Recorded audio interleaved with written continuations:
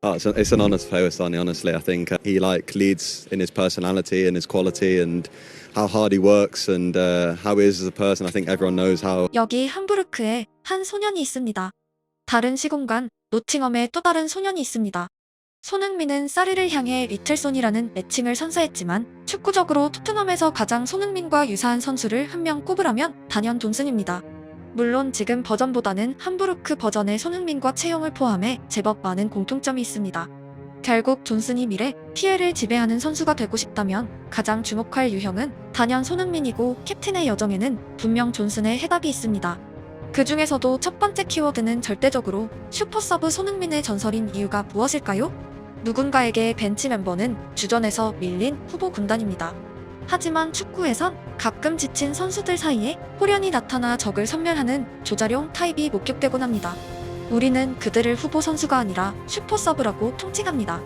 주전 선수들이 90분을 지배한다면 슈퍼서브들은 승패를 지배하는 경우가 있었고 그 중요도는 영상 하나에 담기 힘든 무게감과 동시에 역사 내내 발생한 애잔함이 함께 있습니다.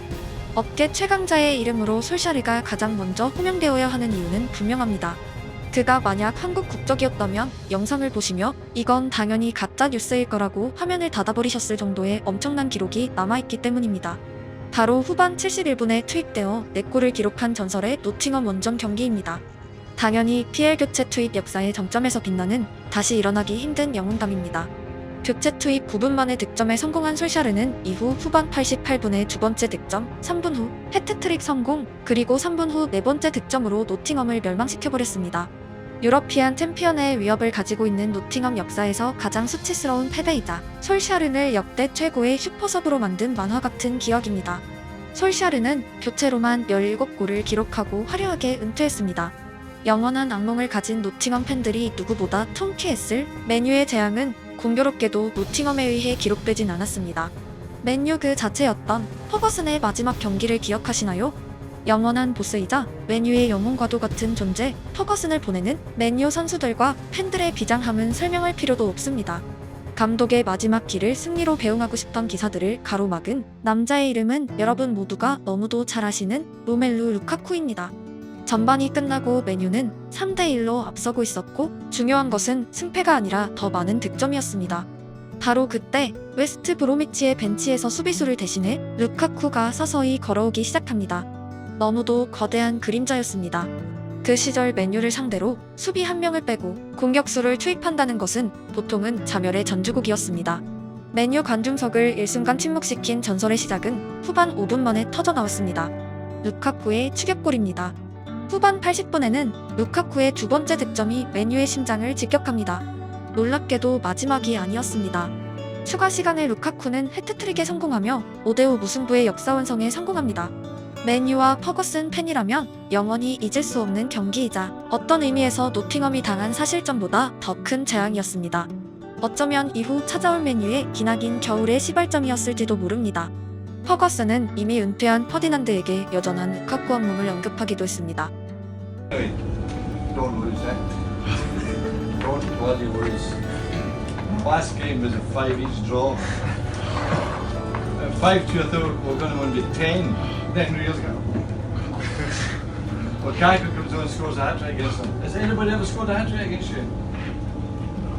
많은 시간이 흐른 자선 경기에서도 지난 경기를 언급하며 선수의 전의를 불태우는 퍼거슨은 천상 승부사입니다. 전설의 경기는 또 있습니다. 바로 첼시 하셀바잉크가 32번째 생일을 맞은 그날입니다. 당시 첼시는 아스널을 맹추격하고 있었고 꼴찌 울버햄튼과의 경기는 그저 필승 모드였습니다. 하지만 가끔 축구에선 지나친 투쟁심이 긴장감으로 이어지고 약팀에게 덜미를 잡히는 반전이 기록되곤 합니다. 후반 60분 투입된 하셀바잉크에게는 지고 있던 팀을 구할 구세주의 특명이 주어졌습니다.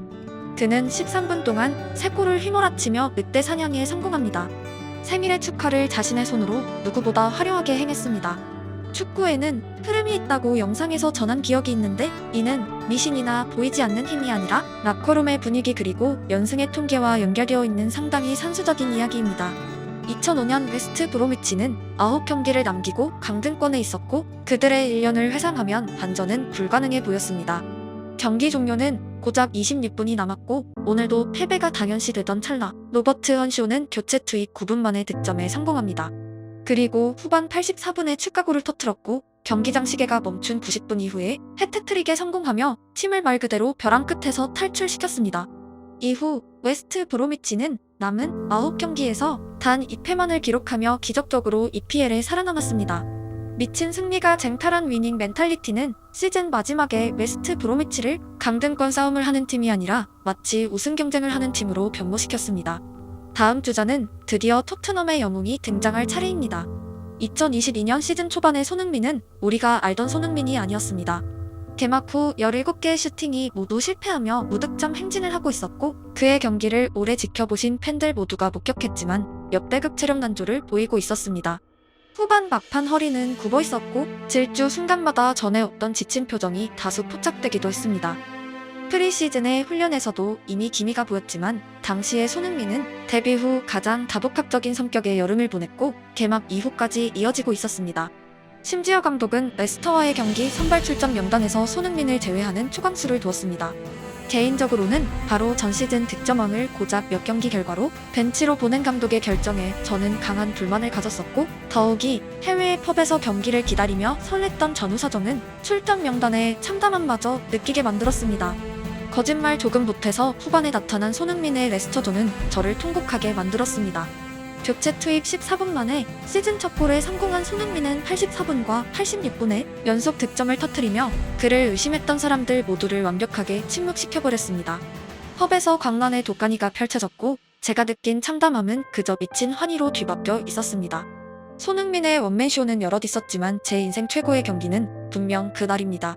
그가 명단 제외된 화면이 보이자 웅성이던 이해하기 어렵던 외국어들은 해트트릭과 함께 지구상 누구라도 알아들을 수 있는 고함이 되어 있었기 때문입니다. 다음은 모우라 아니냐고 생각하실 분들에겐 죄송하지만 오늘은 PL의 슈퍼 서브 해트트릭 이야기입니다. PL 역사상 단 7명이 성공한 위대한 드라마입니다. 인생 대부분을 선발로 출전한 손흥민이 이 기록에 포함되어 있다는 것은 조금은 아이러니하지만 그의 토트넘 후배 존슨에게 분명한 메시지가 있습니다. 경기를 시작하는 존슨보다 후반에 들어오는 존슨의 속도가 압도적으로 더 상대 수비에게 위협적입니다.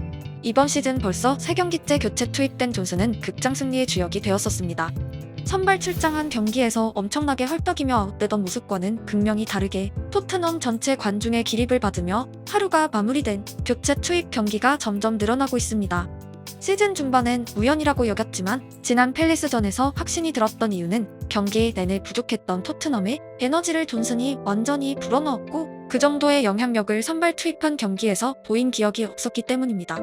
정말 그 경기 한정 솔샤르 같은 모습을 보였고 공격뿐 아니라 수비 상황에서의 압박에서도 상대를 압도하고 있었습니다. 앞서 슈퍼서브의 위대함에 대해 길게 첨부한 이유는 벤치 출격이 결코 부끄러운 후퇴가 아니기 때문입니다. 축구에서 정말 중요한 롤에 포함되어 있고 현재 토트넘 전체 선수단에서 그 역할을 가장 충실히 해낸 선수는 단연 존슨입니다. 90분을 넘어 연장까지 뛸 수 있는 체력을 가지게 된 손흥민이 맡기 어려운 역할이고 발이 느린 클루셉스키가 맡기에도 어색한 역할이었습니다. 아직 90분 체력을 온전하게 보유하지 못한 존슨의 전장은 자신이 아니라 상대가 지친 순간들이었고 토트넘은 존슨이 후반 출격한 경기에서 상당히 좋은 승률을 기록하고 있습니다. 등산은 단계가 있습니다.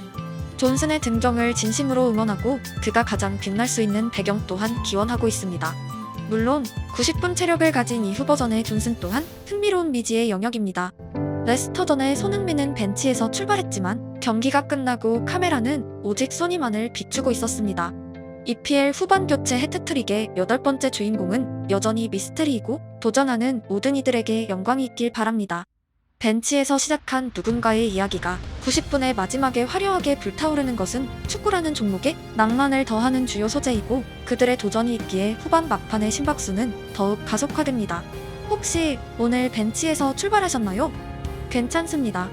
후반전에는 해트트릭이 기다리고 있습니다.